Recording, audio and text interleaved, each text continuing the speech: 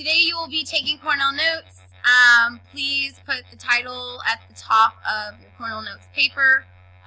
Title this topic Waves Part 2. Please remember that your main ideas go in the left-hand column of your Cornell note sheets and the details go to the right. Now we're going to set up our Cornell note sheet a little bit differently today. We are going to be talking about characteristics of waves. Okay, and so we will talk about amplitude, wavelength, velocity, and frequency. So please separate your Cornell note sheets into 4 different sections. Okay, because we're going to cover all of these characteristics just really quick in general, and then we're going to go back and we're going to have slides that are going to cover them in more detail. So right now, please just separate your Cornell note sheet into 4 different sections. You may want to go ahead and draw your wave also. Okay, remember in our last Cornell notes, which you are more than welcome to look at as you're taking these notes, we really discussed anatomy of the wave. Okay, and so we're going to discuss anatomy of the wave again, but we're going to go into more detail. So remember, in green you will see your main ideas, and then underlined you will see those details. So what should be going essentially in your lines. The first section that we are going to discuss, amplitude. So amplitude, it measures the displacement size of the disturbance. It measures the displacement size of the disturbance. And here in a moment, you're going to find out what amplitude really means. Next, so in your second section, you're going to be writing down or jotting down information about wavelength. Okay, and wavelength does have a little symbol. Make sure you include that little symbol. It looks kind of like a fancy backwards H. Okay, and the wavelength is the distance of a repeating unit. That's also called a cycle. Your third section will be covering velocity, which is, the symbol is a small v. Velocity is how fast the wave travels.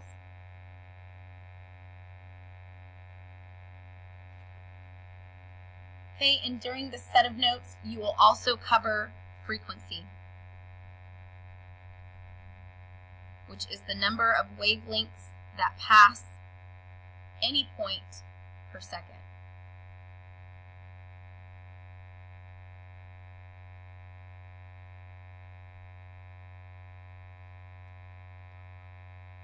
Today, during our Cornell notes, I really want you to kind of focus in on how each of these relate to sound.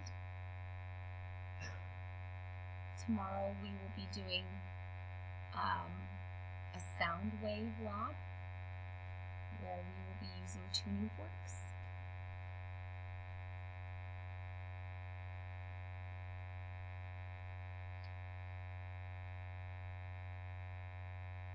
Okay, just a few more moments and then we're going to move forward.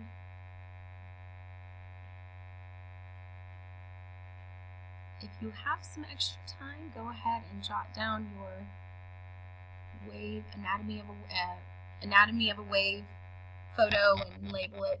If you would like to do that, you can. You do not have to. Hopefully by now you already know where amplitude and wavelength is located on a wave.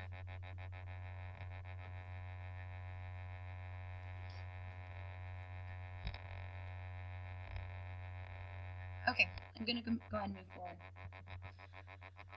So the first thing we're going to talk about in detail is amplitude. Okay, amplitude is the distance between rest and crest, or rest and trough. It's the distance between rest and crest, or rest and trough. And you could just write rest and crest, or rest and trough. Remember that baseline, that rest line, okay, to the crest, or it could also be the baseline, that rest line, to the trough. Amplitude tells you, it gives you an indication of the power or strength of a wave. Scientists who measure the magnitude of earthquakes on the Richter scale in order to determine the strength of that earthquake, they will measure the amplitude. So the waves that have a higher amplitude are going to be more powerful, are going to produce powerful earthquakes.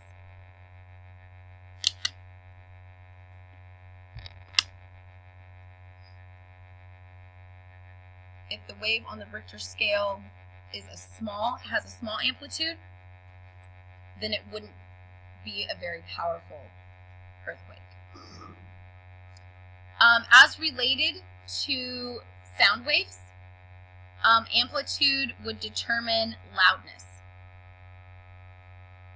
So remember what we said about how musicians will plug their instruments into an amp to make their instruments louder.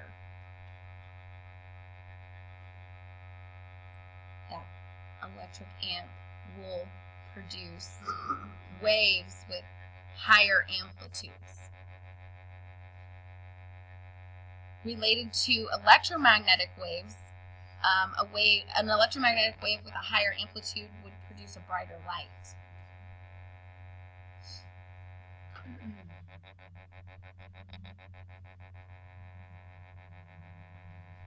Okay, and that is amplitude.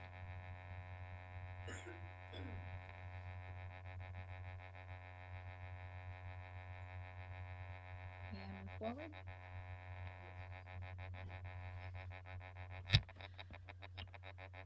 Okay, so if you haven't already, go ahead and label your amplitude on your wave that you drew. You've decided to draw a wave.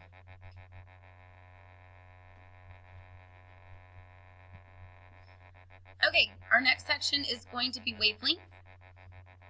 Please make sure that you've written the symbol, which looks like a fancy backwards H. Wavelength is the distance between any two repeating points on a wave. Okay, that could be crest to crest or trough to trough. It could be at any point of the wave where they're corresponding.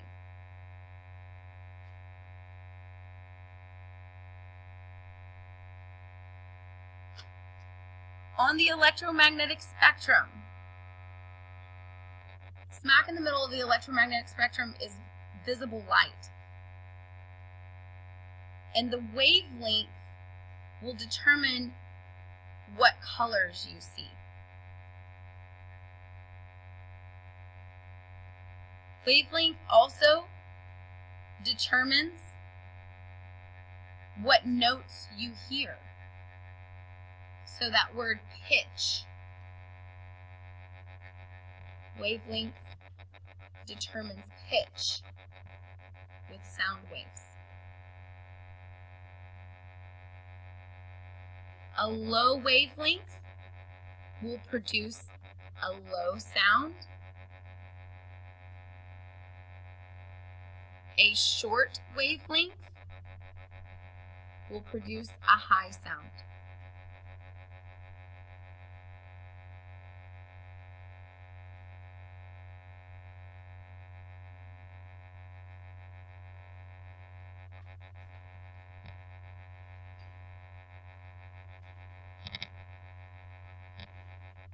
And if you haven't already,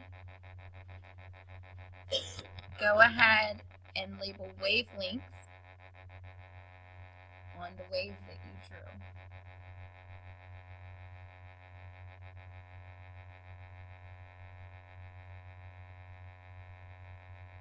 You could also go ahead and draw a wave with a long wavelength and label it low sound.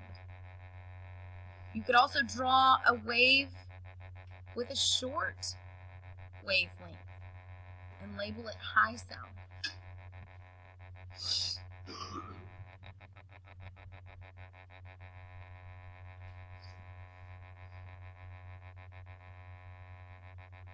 Shorter wavelengths have more cycles per minute because they aren't as long. Okay, so if you take a look at the wave that you just drew for a long wavelength, okay, you'll notice that not as many waves, you're not able to draw as many waves because that wavelength is so long, which means it has a shorter frequency or a low frequency. When you drew your high-pitched sound, which is your wave with short wavelengths, you'll notice that the frequency of waves are higher. So a lot more waves will pass.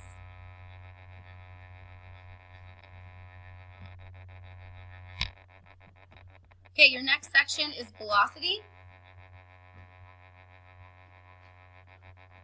Make sure that you have your little V.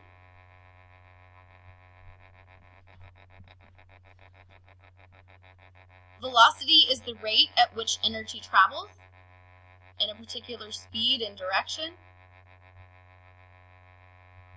The rate at which the energy travels in a particular speed and direction. And velocity is dependent upon matter. Velocity is dependent upon matter. So what that means is how fast the wave travel completely depends on what it's traveling through. So remember those mechanical waves that must have matter in order to move? Mechanical waves, they actually travel faster through dense matter. So that means mechanical waves are going to travel faster through land and rock, through the earth. They would travel faster through the earth. They would travel less fast through the air, which is less dense than the earth.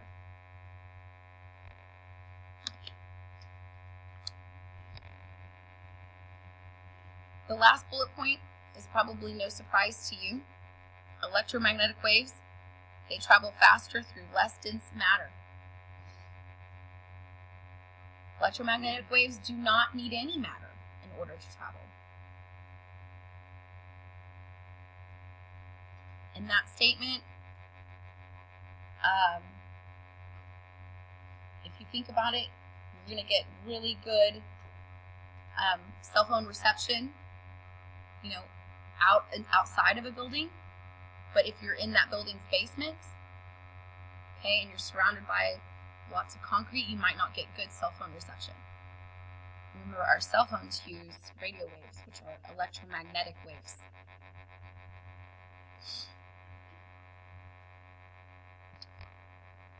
Okay, and the last section of your Cornell notes for today, we're going to talk about frequency.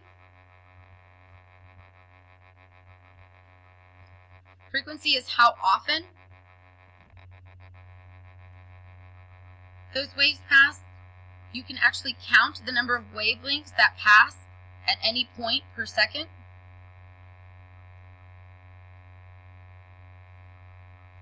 Frequency is measured in wavelengths per second or cycles per second.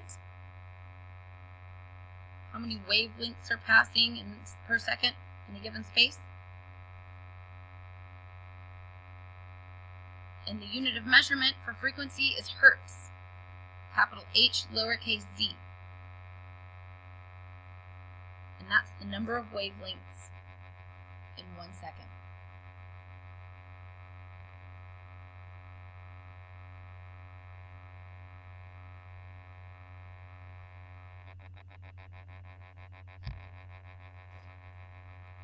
And then the last thing I would like for you to write is that frequency is related to velocity.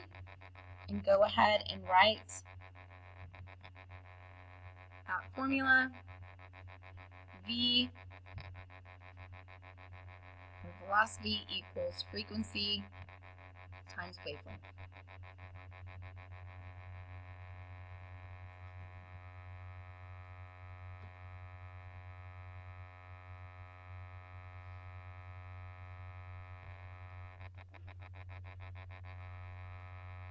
And that's all I've got for you. Thank you for taking Cornell Notes with me today.